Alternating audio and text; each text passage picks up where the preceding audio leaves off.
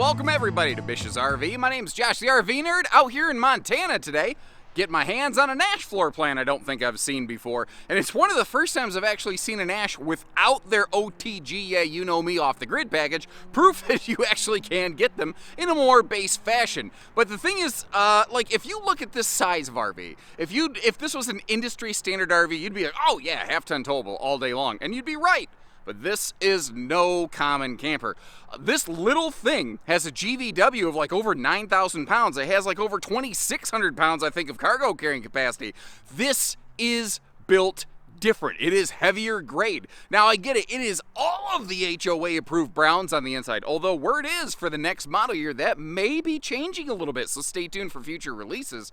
But everything on this is built thicker, like thicker sidewalls, a custom built from the ground up at Northwood off-road certified chassis, certified by an independent third party, not by Northwood saying, look, we made our own certification. You have Goodyear Endurance radials. You actually have true shocks on the suspension system. If you want to get off the pavement, this is an RV that can do it. Now, we're looking at one in a little bit more of a park camp kind of fashion here. It doesn't have a whole lot of big solar or anything on it. It's generator ready. It has a 45-watt little basic battery tending solar package, but you can get expansions on that from the factory. Or you could also get the OTG off the grid package, kind of like the Nash that we see behind us over here, which has all kinds of other widgets and whiz-bangs. That's a whole different thing. These are renowned for their hot cold camp ratings. They are beloved for their longevity and the just general build of it. And I ain't gonna say they're perfect and they're not without flaws. Certainly this RV has a couple things that I think don't even make sense given the goals they say they're trying to accomplish. But that's what we're gonna do. Try to give you the fairest look we can to see if maybe one of these might be right for you. Or not. Now, I think the overall message that I really have for you in this one is this company is vastly more about the build than the look of their RVs. But I do want to mention, there is word that in their 2024 model year, they may be doing their first significant decor update in like 30 literal years. But the thing is, it's been based, not exclusively, but very heavily on a lot of feedback that folks have left in videos like this one. Northwood kind of went, oh, wait a minute. You mean we could sell more RVs if maybe we updated our decor? And they decided maybe that would be a good idea worth looking into. The big windows in this are awesome. And although you don't see like one giant window overlooking the campsite, between that giant, like tall toothpick window beside the sofa and then over here in the kitchen, all of which are very clearly visible when you're sitting down, you actually have some pretty nice coverage over here, and you can have a good look around. And they've all got the pull-down pleated shades, by the way. Now, it's a really weird spot, I think, for the solar controller, but at the same time, I also don't know that it's a bad spot. I mean, it's up, it's out of the way, it's in the roof where the solar is at, it saves on some wiring, so it kind of makes some sense to me. And it's rare you find a travel trailer with a generator activation switch right inside that's not a toy hauler. Now, their cabinet shop does some of the best work I've seen in the RV industry. They do so much little radius work, and it's all pocket screwed. Your cabinet doors are all a real hardwood. And I mean, the phrase that I have with these, whether it's the cabinetry, the walls, look at that, or the mattress that you're going to see in the bedroom. I call it down with the thickness. It's just crazy how bigger, thicker, heavier duty everything is in these. Bigger 22-inch oven, and hallelujah, a side splash. Evidently, Northwood's engineers understand that bacon grease does splatter laterally. Most manufacturers seem to think bacon grease only goes backwards toward the sidewall of the camper. You and I both know that is not true.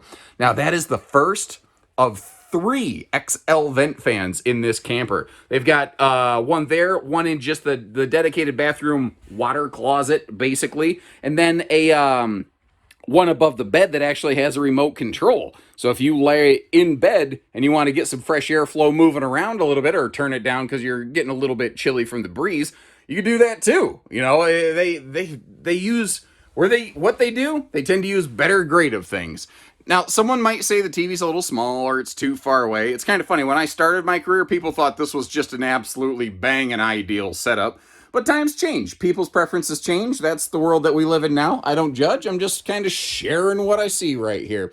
Now, your walls are a true 2-inch thick. And something that's interesting is like where that window is right there, where they have to route that window out, they'll actually take those laminated pieces. And that is actually what's sitting under the dinette cushions over here. A big 2-inch thick, like laminated, structural insulated dinette base. It's very different. It's very cool. By the way, that big Max air vent fan that we saw in the living room, you can see the remote control for it over there, right by that dinette. And I realize that I've pretty much done a full 360 at this point. So let's start cracking things open. Let's actually begin with this little sofa down here. Now, there's not quite enough space for like a full-on trifold sleeper sofa. I don't believe they offer anything like a theater seat and something like this. But if you do want to have some guest capacity, you've got the dinette and the sofa can each sleep one person pretty reliably. And something else Northwood's pretty good about, this is not their biggest example, but they do tend to do a lot of bigger dinettes so that like 4 American-sized adults can actually fit over there pretty darn nicely.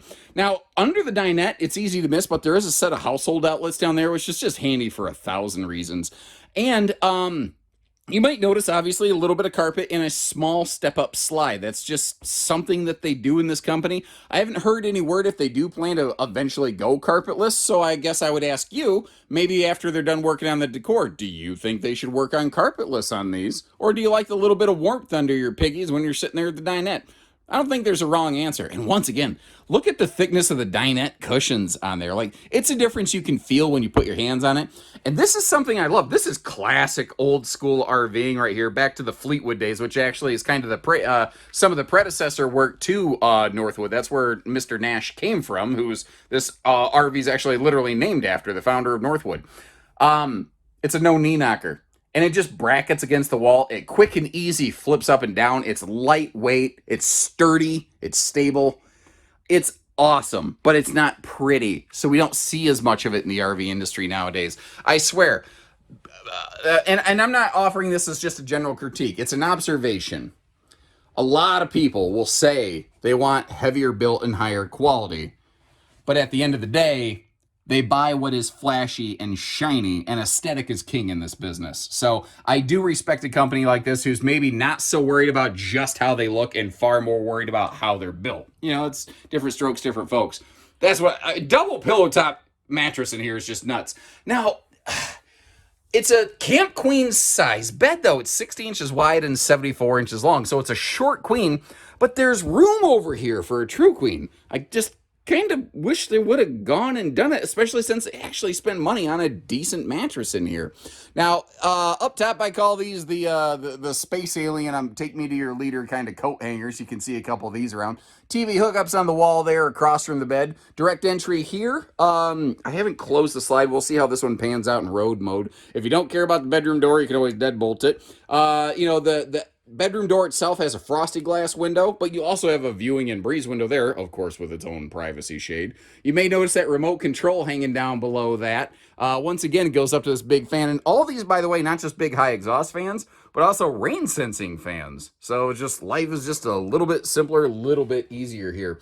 Something that they're not doing a lot of at this stage, though, is like USB plugs. They've got some smart placement of some household outlets, but not even a whole lot of like USB type A plugs, not even getting to type C's. And you saw one of the most important pieces of hardware in this video in my floor plan at a flash, little door stop boppinator down there. Very, very obviously important piece of equipment. Now this is a classic kind of like bedroom bathroom combo suite. You do have a privacy curtain there, so if somebody's sleeping in the back, they don't have to come up into your bedroom and directly look at you, you know. Also, take note, they're using a pretty decent linen right there. So like when you do pull it shut, it is pretty much blacked out. Now, something else they do a pretty good job of is storage around the bed. I like how they give us like a drawer on each side of the bed. Something I thought was very, very interesting, though, is this RV does not actually have any hanging closet storage in it. That felt very weird to me. It is pure dresser shelf space. Now, you could remove some shelving, put in a hanger out, and create that space if you're so inclined, but it just really surprised me that there was none from the factory. Not a lot of counter space here in the bathroom. Do you need a lot of counter space in the bathroom? I don't know. As a person with very little in the way of a hairline, I definitely don't need a lot of bathroom space. Something else I want to point out too, like the headroom in the shower with this vault is fantastic for me. But notice I'm not bashing my elbows against the wall. When you see an angular shower like this, most people assume it's small, but that's not the case. This is not your father's corner shower right here. This is a big, almost garden tub with its own like seat built in the corner of it. That is far, far larger. It just happens to be angular and squared off ish a little bit, you know. But there's some really, really good space in there. So that's one of those things you definitely sometimes want to try on the pair of pants for size, and don't just judge it by what you see in the brochure. The bathroom area over here, I call this kind of the water closet style. I'm glad it's not any smaller. At my size, it works. It was adequate. I never felt really cramped in, other than a stupid hang tag hanging down and you know, grazing my peach fuzz.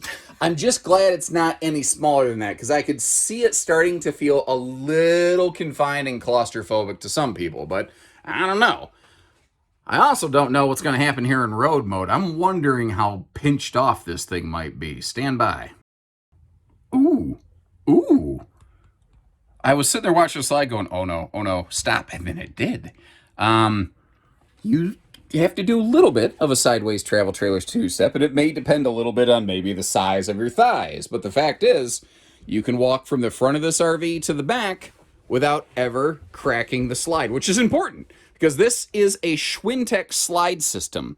What that means is that this is not a slide that should be opened only partially. It should only be either completely open or closed and nothing in between. But I'm going to give it about an A- for road mode. That ain't terrible. And you know, when they're all put together, when all you can look at is what's skin deep, it's hard to really get the full story on one of these. But when you take another look at the weights and the measures, and you see the empty weight of this thing and the GVW and the holding tank capacities, you start to see this is something a little different. It doesn't mean, I'm not saying it's necessarily better for you. It's different. Maybe it works, maybe it doesn't. I don't know. Now, one of the interesting things on these is it does not include a full front pass-through, although you would think from being on the inside of the RV, you'd have the ability. When we get to the other side, you'll see why. It's actually generator prepped over there, and you, I believe, can actually get a onboard generator on these right from the factory. Onboard generators in non-toy hauler travel trailers are about as rare as hen's teeth. They are just not a common animal. Something else I like that really kind of indicates to me they're really in tune for how people use these RVs more on the western side of the country, and especially the Pacific Northwest where these are built. These are actually made right in Oregon. That extra long shank on the power tongue jack up front. A lot of people over here, they've got, you know, jacked up lifted trucks and stuff like that. And a common short shank tongue jack like you see on that trailer over there, man, it don't always reach to what the truck needs. So little things like that really help. Not to mention the whole RV rides a little higher to give you some better ground clearance. And you're going to see they're also very good about making sure their sewer connections are up high off the ground. They tuck them just below the skirt line right there. Now, if you look down under here, at a glance, it just looks like everything else. But look over at those tires a little bit more closely. They have an actual shock system on these. Most travel trailers have never even considered having anything like that, nor are they even prepped to be able to accomplish something like that. And it's factory standard on these. You've also got those Goodyear Endurance radials there. And then we've got this little vertical pocket right here I'm going to kind of call the golf club storage. And if we give you like an endoscopy exam of this thing, going right up in there, well, you can see how like that door doesn't go all the way to the top of the slide, but basically the storage does. Because if the door went all the way to the top, it'd be really hard for you to kind of reach up there. Now on our floor plan and a flash, I gave you just a brief look up on the roof. This one is their more, I think it's about the most base model Nash you can possibly get. Only a battery tending 45 watt solar panel up there. Nothing to really write home about. Still, I guess 45 watts more than a lot of brands are doing standard nowadays. But you do have the ability to expand on that. Like the OTG package will slap another 175 up there. And depending on what you want to do with it, you can also go you know, even further with that one. Just depends on what you want to get out of her. Couple other handy features here. Right by that bumper, there is a gas grill quick connect coming off the side of the RV, which technically does make it a propane cooker hooker. It's only a propanist when the gas comes out the backside. Also, I don't know how well it really shows on camera, but that is a larger, like 10-gallon vessel water heater. There are, actually I was talking to someone yesterday. He's like, man, I really like the Alliance Avenue fifth wheels, but they only have a 6-gallon water heater. This little trailer has a vastly bigger water heater with far more gallons per hour of hot water potential. So if you're gonna take a couple back-to-back showers or something like that, kind of nice thing to have. Now, Nash is the little brother to Arctic Fox, and Arctic Fox makes a fairly similar layout. I'll see if I can dig it out of my massive library of videos and leave you a link for it down in the description. Also, while you're there, you can check for pricing and availability on one of these wherever we have one parked. And keep in mind, with shipping distance and option packages, pricing on these could vary by thousands from store to store, or equipment package, or a combination thereof. But anything that we have on hand, you'll be able to readily see right there. You never have to call and give us your grandmother's social security number and those wacky digits off the back of your credit card.